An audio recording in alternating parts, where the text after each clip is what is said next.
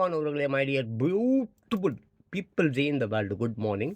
இந்த உலகில் ஐம்பூதங்கள் இருக்கு இல்லையா? நிலம், நீர், காற்று, ஆகாயம், நெருப்பு. ஸோ இவைகளை மட்டும்தான் நம்புவேன். வேற இந்த உலகத்தில் எதையும் நம்ப மாட்டேன். ஆண்டவன், மயிறு, மண்ணாங்கட்டி, மாதா, பிதா, குரு, தெய்வம், பொண்டாட்டி, புள்ள, புடுக்கு, எதையும் நான் நம்புவது இல்லை.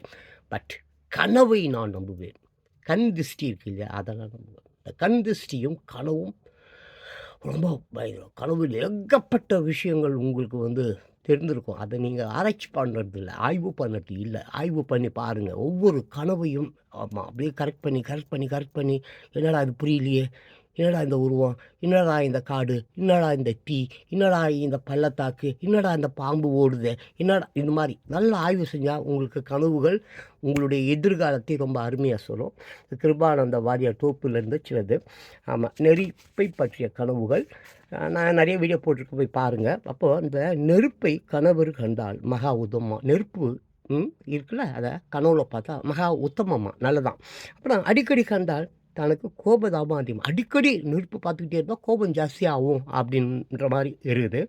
அப்புறம் புகையில்லாத நெருப்பை நோயாளிகள் கண்டால், நோயாளிகள் இருக்காங்க பேஷண்ட்ஸு, அவங்க புகை இல்லாத நெருப்பு அதை பார்த்தாங்கன்னு சொன்னால் அவர்களுக்கு உண்டான நோய்கள் குணம் ஆகிடுமா.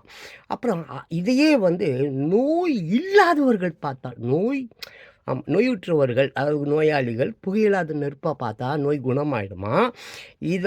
இதே கனவை நோய் இல்லாதவர்கள் பார்த்தால் தன லாபமும் உறவினர் சேர்க்கையும் அதிகமாக பணம் வரவும், ஃப்ரெண்ட்ஸு சர்க்கிள், உறவு சர்க்கிள்லாம் பலமாக இருக்கும், நல்லா சக்தி பெறும், சேருவாங்கோ அப்படின்னு இருக்குது.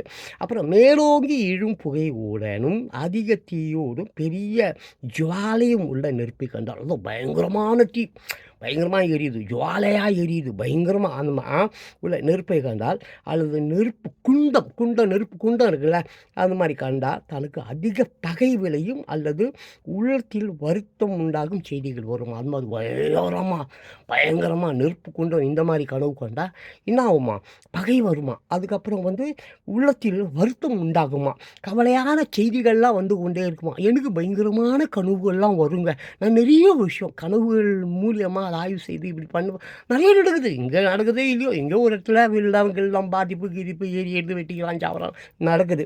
அப்புறம் எரிந்து அணைந்து போன என்னது இந்த கறிக்காட்டையோ வெந்து பூத்து போன சாம்பலையோ அப்புறம் சுண்ணாம்பையோ கண்டால் தரித்திரம் உண்டாமாங்க. இந்த சுண்ணாம்புக்கு நம்ம எரிந்து சாம்பலுக்கு இப்படிலாம் பார்த்தா தரித்திரம் வருமா. இக்கனவை நோயாளிகள் கண்டாலோ தனக்கு ஏற்பட்ட வியாதிகள், ஆனால் நோயாளிங்க இந்த கனவு பார்த்தா தங்களுக்கு உண்டான வியாதி குணம் ஆகிடும்.